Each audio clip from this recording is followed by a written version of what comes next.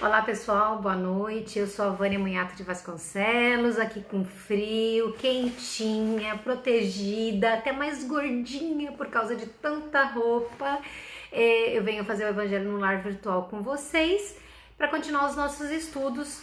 O nosso estudo está sendo de forma sistematizada e esse estudo nós estamos terminando hoje o capítulo 1 do Evangelho segundo o Espiritismo e falando no capítulo 1, só para lembrar, né, eu não vim destruir a lei.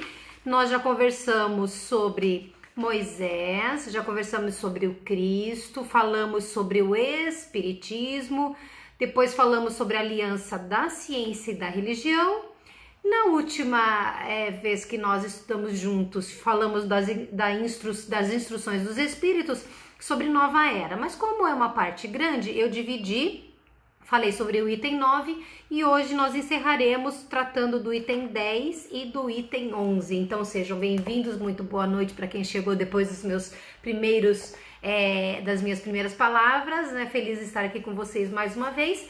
Vamos fazer a nossa prece, nos preparando adequadamente de coração, de cérebro, né, razão e sentimento e a parte espiritual para nós nos inspirarmos e podermos receber as inspirações dos nossos anjos de guarda, dos nossos mentores e ter aqui conosco a presença de Jesus, a presença de Deus, tá bom? Vamos lá, todos nos recolhendo um pouquinho, agradecendo muito pela oportunidade da encarnação, pela oportunidade de viver, onde vivemos, como vivemos. E apesar de às vezes não ser fácil, que nós saibamos ser gratos, porque todas as nossas experiências nos amadurecem e mais maduros, mais fortalecidos, nós vamos nos desenvolvendo e vamos nos evoluindo. Então somos gratos e pedimos a Deus nesse instante que esteja conosco, recheando o nosso coração de amor, a nossa alma de boas vibrações, na presença do irmão maior, o Cristo, que nos ensinou tantas coisas, e dos nossos mentores espirituais, nossos anjos de guardas, amigos da espiritualidade, simpatizantes, membros da nossa família espiritual, para que eles todos que estão aqui no meu ambiente, no ambiente de vocês, para que possam também nos envolver nessa energia gostosa que nós temos cada estudo. E assim, certos de que nós estamos acompanhados, porque estamos sintonizando numa só energia, certos também de que quando nos reunimos em nome de Deus e de Jesus, eles estão conosco, Jesus disse que estaria conosco, então nós damos por iniciado o nosso estudo dessa noite. Que assim seja, graças a Deus, graças a Jesus. E aí, vocês estão bem? Tudo jóia? Eu não tenho avisado com muita antecedência, mas vocês já sabem, a cada 15 dias, 7h30, domingo, eu venho fazer o Evangelho no Lar. Qualquer coisa, é mais fácil eu vir avisar que não venho, se tiver algum problema, do que avisar que venho. Então vocês fiquem preparados, coloca aí na agendinha, além do mais, temos que continuar estudando, né? E orando. Vamos lá, continuando? Nosso estudo, para a gente não perder tempo. Hoje eu atrasei, entrei 4 ou 5 minutinhos mais tarde e devo recuperar o meu tempo aqui com vocês, certo? Vamos lá, pessoal. Então, capítulo 1, item 10, instruções dos espíritos, a nova era, e a gente continua. Então, diz lá a partir do item 10. Um dia, Deus, na sua caridade inesgotável, permitiu ao homem ver a verdade dissipar as trevas. Esse dia foi o advento do Cristo. Então, quando Jesus chegou, dissipou-se as trevas que a humanidade vivenciava. Depois da luz viva, que foi o Cristo vindo e toda a verdade que ele nos ensinou, as trevas voltaram. O mundo, depois das alternativas de verdade e de obscuridade, perdeu-se de novo, fazendo uma ressalva de que basta analisar a história do mundo para ver o que aconteceu depois do cristianismo, basta falar das guerras santas. Então, nós tivemos muitos momentos de dificuldades e estamos vivenciando muitos momentos de dificuldades ainda no nosso planeta. E aí ele fala aqui que nós dentro da escolha da luz e da obscuridade, da escuridão, nós acabamos ainda perdendo o rumo, o prumo, apesar de Jesus. Então, a semelhança dos profetas do Antigo Testamento que vieram para alertar e para tentar nos direcionar antes da chegada do Cristo, os Espíritos, após Jesus, se põem a falar e a advertir-vos. O mundo foi abalado em suas bases, o raio estourará, sede firmes. Vejam, isso está sendo dito em O Evangelho segundo o Espiritismo. O Evangelho segundo o Espiritismo foi lançado em 1864, portanto, 155 anos que a doutrina espírita nos alerta de que, ele fala aqui nesses termos, né? O mundo foi abalado em suas bases, o raio estourará, sede firmes. Então ele nos alerta para termos a firmeza dos cristãos, a firmeza das pessoas de fé. E aí vamos continuando. O Espiritismo é de ordem divina, uma vez que repousa sobre as próprias leis da natureza, não é invenção dos homens. Mais uma vez eu me recordo e recordo vocês que eu sempre repito, o Espiritismo ou a doutrina espírita não são kardecismo, porque kardecismo pressupõe a criação desta doutrina pelo homem que vestiu o nome de Kardec.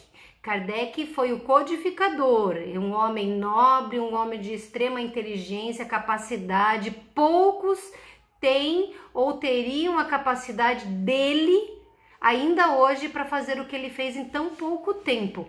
Mas então o fato de não ser kardecismo não desqualifica em nada Kardec, de jeito nenhum.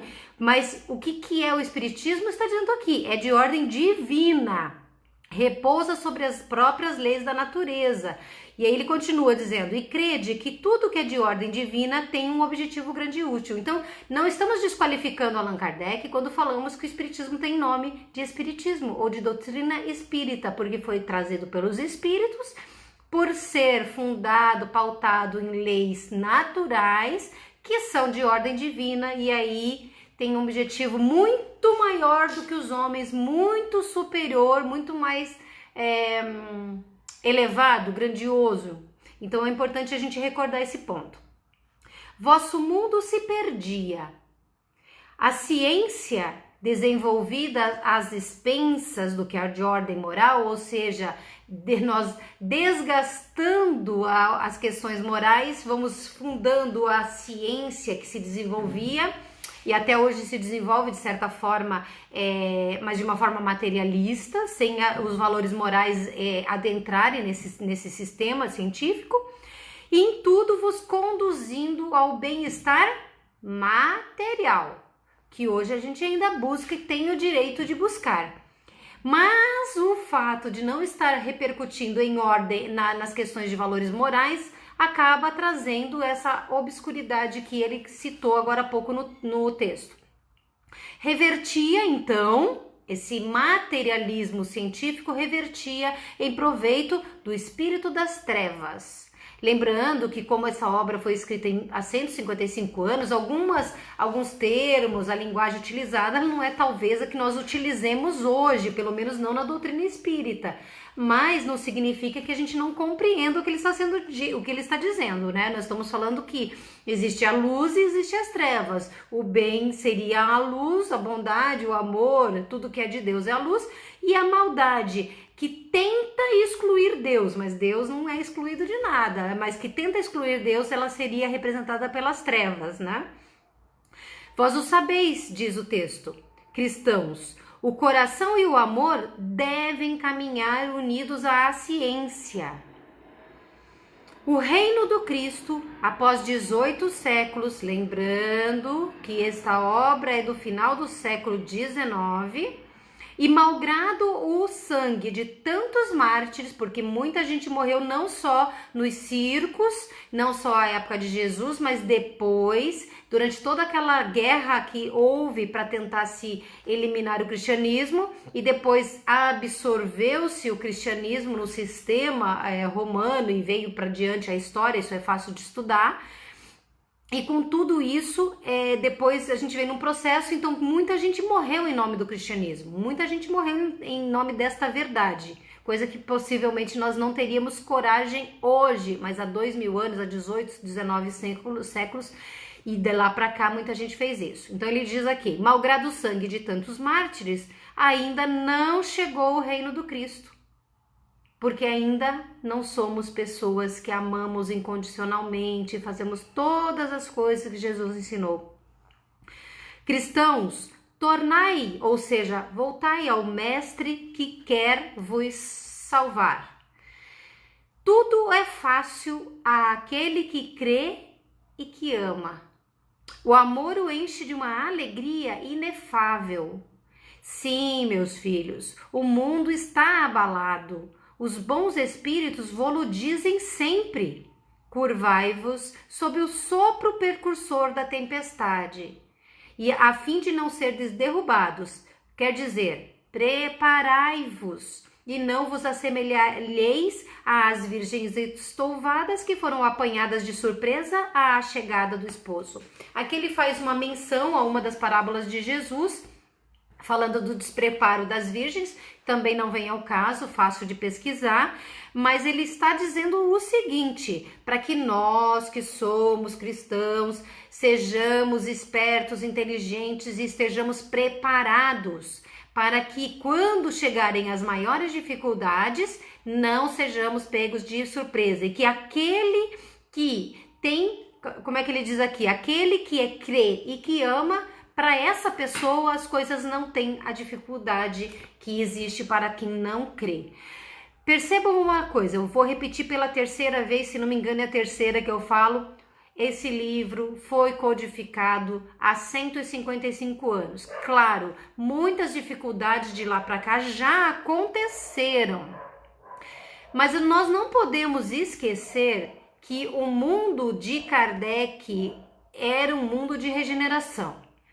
Se vocês forem conversar com muitos espíritas, eles ainda dirão, como eu mesma escutei esta semana, que este nosso planeta Terra ainda é um mundo... Eu falei regeneração, agora já não sei mais se eu falei certo. Vou corrigir, por caso eu tenha falado errado. Depois eu reescuto a gravação.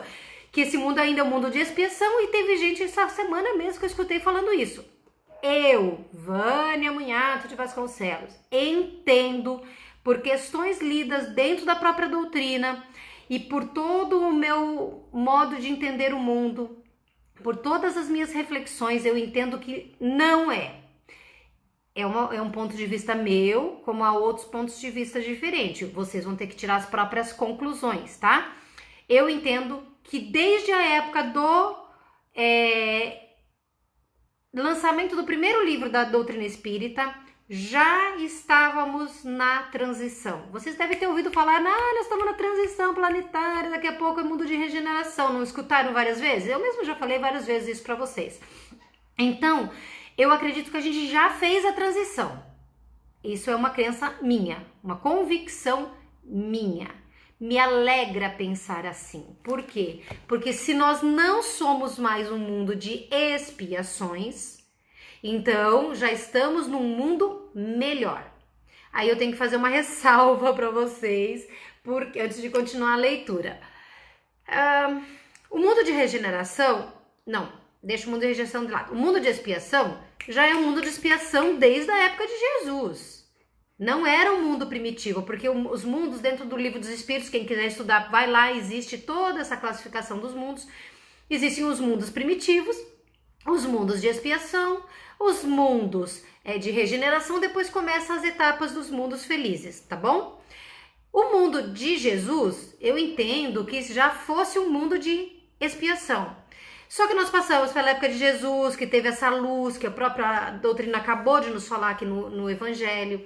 Depois teve as pioras do mundo, aí vem um processo de altos e baixos, muita dificuldade, muito sofrimento, nós aqui expiando os nossos erros, provando eventualmente de forma positiva, às vezes não conseguindo provar que aprendemos alguma coisa. E a gente vem nesse mundo de expiações.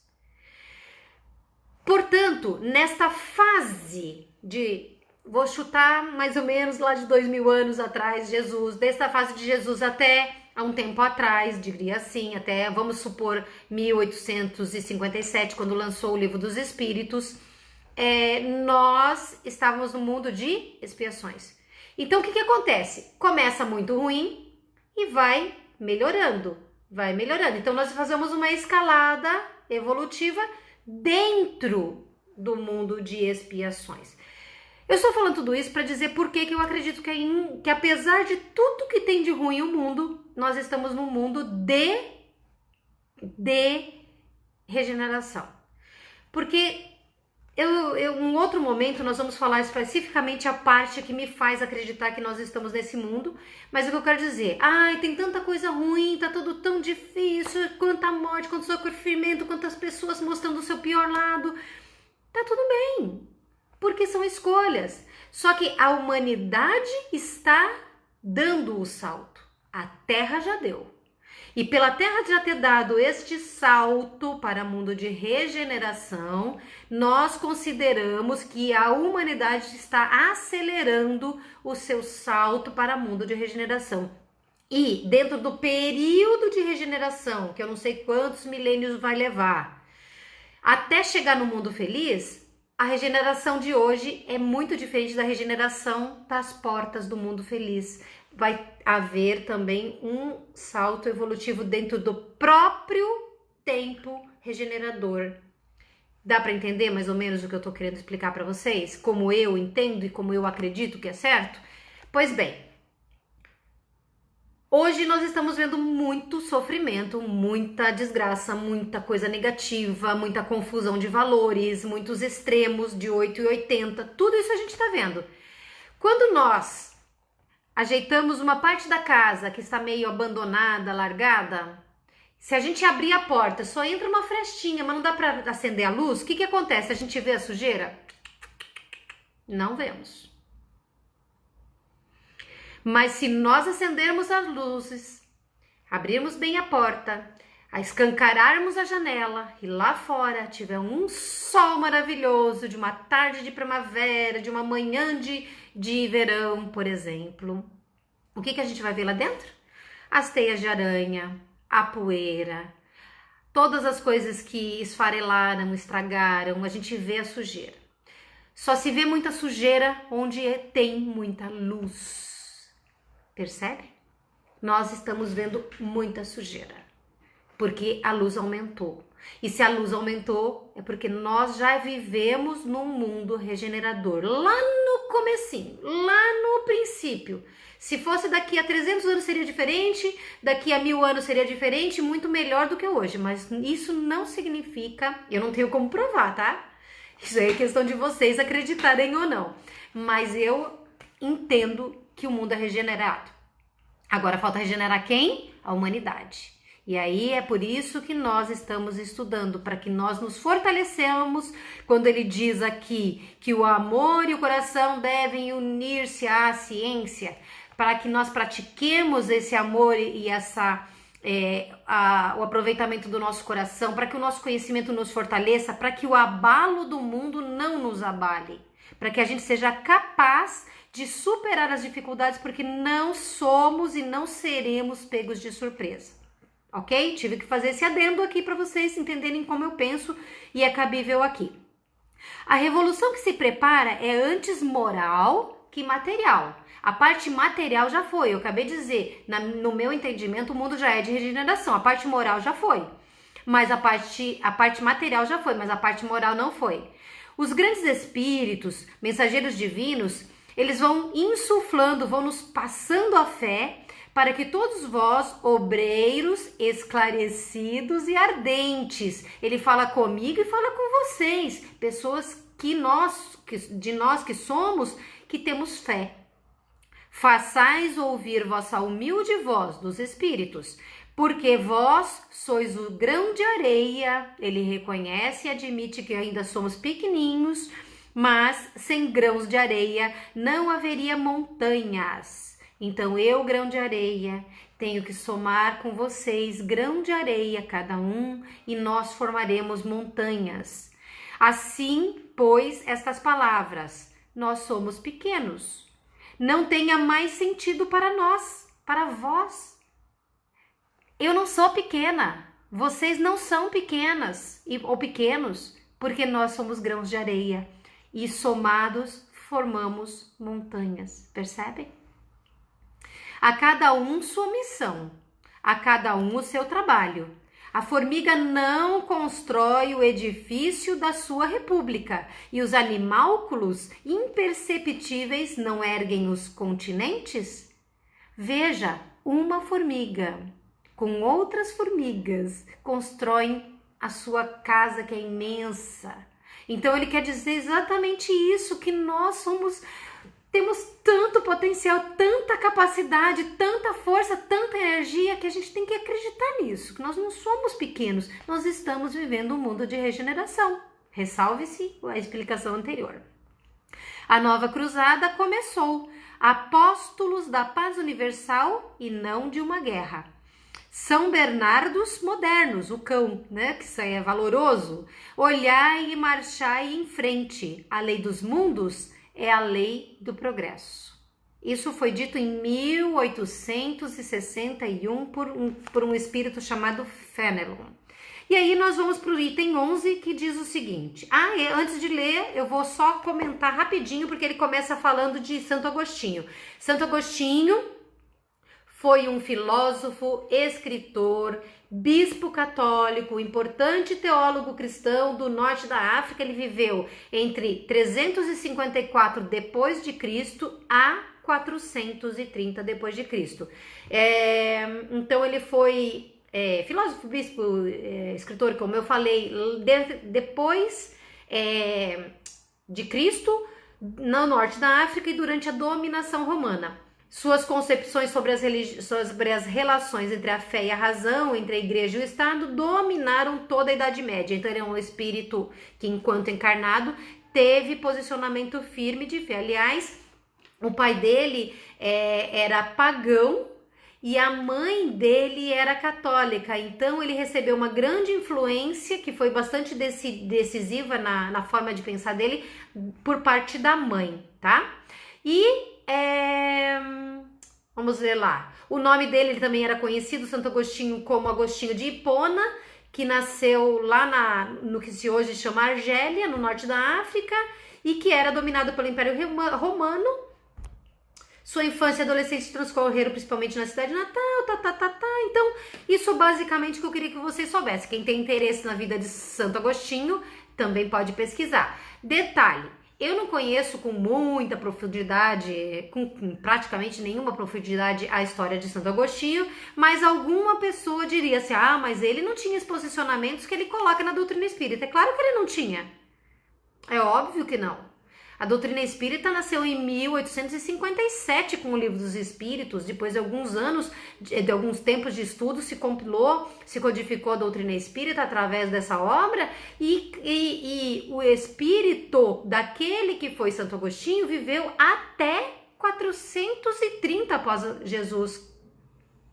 Então, se o espiritismo foi oficialmente lançado ao mundo com o Livro dos Espíritos em 1857, pode fazer a conta, 1.400 anos foram aí de diferença aproximada entre aquele que foi o santo e aquele que se comunicou pela doutrina espírita, tá? Ressalvado isso também, vamos ao texto. Santo Agostinho é um dos maiores divulgadores do espiritismo. Ele se manifesta quase que por toda parte. A razão disso encontramos na vida desse grande filósofo cristão, que pertence a essa vigorosa falange dos pais da igreja, aos quais a cristandade deve seus mais sólidos alicerces.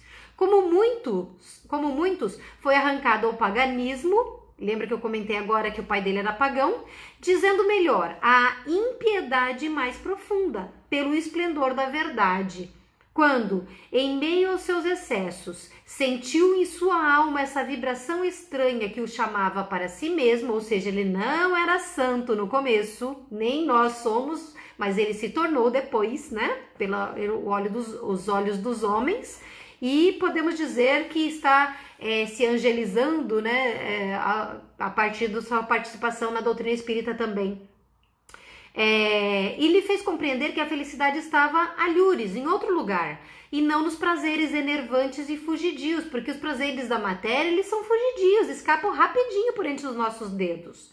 Quando, enfim, sobre sua estrada de Damasco, não a de Paulo de Tarso, a própria estrada de Damasco de cada um de nós, a dele, né, no caso, também ouviu a voz santa exclamar-lhe: Saulo, Saulo, por que me persegues? Ele, que é o Santo Agostinho, exclamou: meu Deus, perdoai-me, eu creio, eu sou cristão. Depois, então, tornou-se um dos mais firmes sustentáculos do Evangelho. Podem-se ler nas confissões notáveis que nos deixou esse eminente espírito, que é uma das obras dele que chama Confissões, as palavras e ao mesmo tempo as palavras características e proféticas que pronunciou depois de ter perdido Santa Mônica. Eu estou persuadido de que minha mãe, que ensinou-o a ser católica, a ser cristã, voltará a me visitar e dar-me conselhos, revelando-me o que nos espera na vida futura. Fecho esse parênteses dessa frase dele, que eu repetirei daqui a pouco de novo, para dizer: cada um de nós tem entes queridos que já passaram para o lado de lá da vida, não é verdade? Pois é. Nós também temos que ser como Santo Agostinho e dizer as palavras dele. Eu estou persuadido de que minha mãe, meu pai, meu filho, meu irmão, meu amigo, meu ente querido, meu esposo, a minha mulher ou qualquer outra alma que nós amemos, voltará a me visitar e dar-me conselhos, revelando-me o que nos espera na vida futura. Percebem? Não é legal? Que ensinamento nessas palavras e que previsão brilhante da futura doutrina. Ou seja, antes de desencarnar em 430, ele já entendia que a vida, de certa forma, intuitivamente até, ele já sabia que os espíritos podiam se comunicar e revelar o futuro, revelar o que há do lado de lá da vida carnal. É por isso que hoje, vendo chegada a hora para a divulgação da verdade que ele havia pressentido outrora, fez-se dela o ardente propagador e se multiplica, por assim dizer, para responder a todos aqueles que o chamam. Esse texto é de Erasto, um outro espírito que foi discípulo de São Paulo, e esta mensagem é de 1863. E aí eu finalizo lendo a nota a respeito de Santo Agostinho que o capítulo coloca ao final. Santo Agostinho vem, pois, destruir aquilo que edificou? Ou seja, ele veio destruir aquilo que ele falou quando estava encarnado? Seguramente que não. Mas, como tantos outros, ele vê com os olhos do espírito, depois de desencarnado, o que não via como homem. Sua alma liberta entrevê novas claridades e compreende o que não compreendia antes. Novas ideias lhe revelaram o verdadeiro sentido de certas palavras. Sobre a terra, julgava as coisas com o conhecimento que possuía.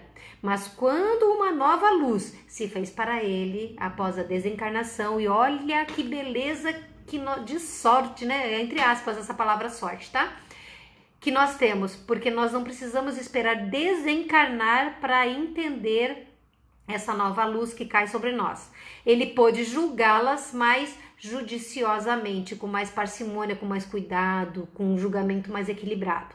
Foi assim que mudou de ideia sobre a sua crença concernente aos espíritos íncubos e súcubos. Não vou explicar, tem alguma coisa a ver com influenciação sexual dos espíritos com os encarnados, alguma coisa assim, mas não vem ao caso. Era que ele tinha uma tese a respeito desse tipo de espíritos. Então, ele mudou de ideia sobre a sua crença concernente aos espíritos íncubos e súcubos, sobre o anátema que havia lançado contra a teoria dos antípodas. Antípodas eu não pesquisei, tá, gente? Esqueci, desculpem, eu não me lembro para explicar para vocês.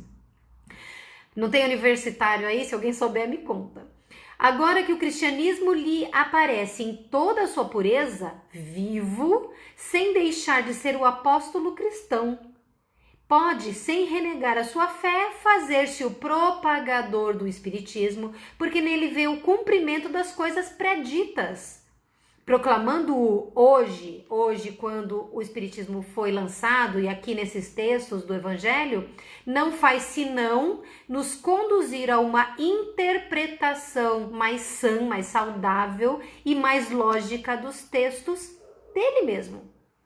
Assim ocorre com outros espíritos que se encontram em posição análoga, em posição equivalente.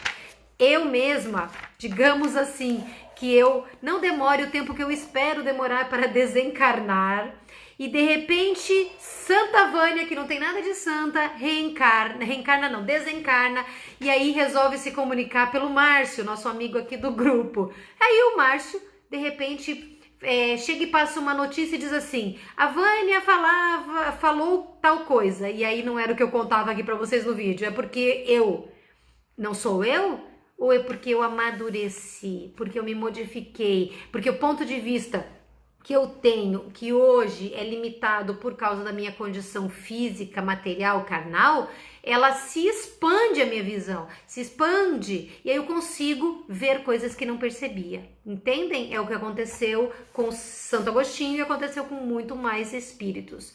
Bom, então desta forma eu penso que vocês devem considerar que os alertas desta última parte sobre a nova era, eles são positivos e não negativos. Quando ele fala, não sejam pegos de surpresa, estejam fortes, utilizem-se desse conhecimento, desse amor que nós aprendemos pela doutrina espírita, é para que a gente seja parte da construção e não parte do problema. Quando eu digo que eu acredito num mundo de regeneração e numa humanidade que se encaminha para regenerar, eu quero dizer que nós estamos já a caminho, porque o mundo já está pronto para nós. Nós é que temos que nos preparar e que todas as coisas ruins que nós vemos, todas as coisas que a gente acha, meu Deus, não tem notícia ruim de novo, mais aí, para aparecer, de repente aparece outra, significa só que onde tem mais, abre aspas, desgraça, dificuldade, problema, aonde a gente consegue chegar melhor, nos pontos que nós conseguimos ver o pior, é porque tem mais luz batendo. E eu e vocês também temos que ser parte da luz. Nós temos que ser, nós somos obra divina e temos um conhecimento que é impagável. Nós temos que ser gratos por saber o que sabemos hoje, continuar estudando e trabalhar para que nós sejamos parte da solução e não do problema. Então, finalizamos dessa forma este capítulo 1. A partir da próxima vez que nós estudarmos, estaremos falando já do capítulo 2, que se chama Meu Reino Não É Desse Mundo. E aí vamos tratar neste capítulo, uma parte de cada vez, a vida futura, a realeza de Jesus, o ponto de vista, falando sobre a ótica, conforme a gente aborda a vida, instruções dos espíritos, e dentro da instrução dos espíritos vai falar sobre uma realeza terrestre. Um capítulo bastante bom, bastante interessante, e é um capítulo curtinho, mas que nós vamos gostar de estudar. Acredito que dê para fazer em duas ou três oportunidades de estudo. Agradeço mais uma vez pela presença, pela companhia, pelo carinho de vocês, da espiritualidade amiga que sempre está conosco, dos nossos anjos de guarda, de Jesus que não deixa de estar presente em cada coração que fala, que clama por ele, e que nós possamos, repito mais uma vez, hoje eu estou repetitiva, é verdade, né? Mas eu repito mais uma vez que nós sejamos parte da solução e não do problema, que nós saibamos utilizar o nosso conhecimento para tornar a nossa vida e o mundo à nossa volta melhor, ok? Pessoal, muito obrigada de verdade, que Deus abençoe, Jesus ilumine, que vocês tenham uma noite maravilhosa, que mais uma vez os seus anjos de guarda aproveitem essa sintonia para que vocês e eu possamos bater um papo com o nosso mentor e ver onde que a gente está acertando, onde estamos errando, que caminho devemos seguir. Tenha uma semana de muita luz, muita paz, muito amor. A gente se vê em breve, se Deus quiser, tá? E eu agora quero só fazer uma vibraçãozinha rápida, porque eu já até acho que extrapolei acho que uns minutinhos só, mas dizer que peço muito a Deus, e assim como vocês devem pedir nesse instante, pelo melhor, o melhor pelo nosso planeta, o melhor para a nossa humanidade, o melhor para os nossos animais, pelos nossos por toda a estrutura do planeta, do reino vegetal, tudo que nós recebemos, por todas as pessoas que têm coragem e fé para fazer do mundo um lugar melhor, por nós mesmos, para que sejamos parte disso, desse mundo de gente que constrói, que modifica, que transforma. Que cada pessoa que nós amamos e sentimos saudades do lado de cá ou do lado de lá da vida receba o nosso amor, nosso carinho e as nossas preces. Que possamos ser as pessoas que conseguem mostrar luz, conseguem dar sentido à existência de Deus, porque não somos espíritas só na carteirinha, só no nome, só no registro. Nós vestimos a camisa e saímos pelo mundo. Então que Deus nos ilumine e fortaleça toda a sua obra, toda a sua natureza nesse universo que é só dele. Que Jesus abençoe. Muito obrigada, boa noite, muita paz e muita luz. Tchau.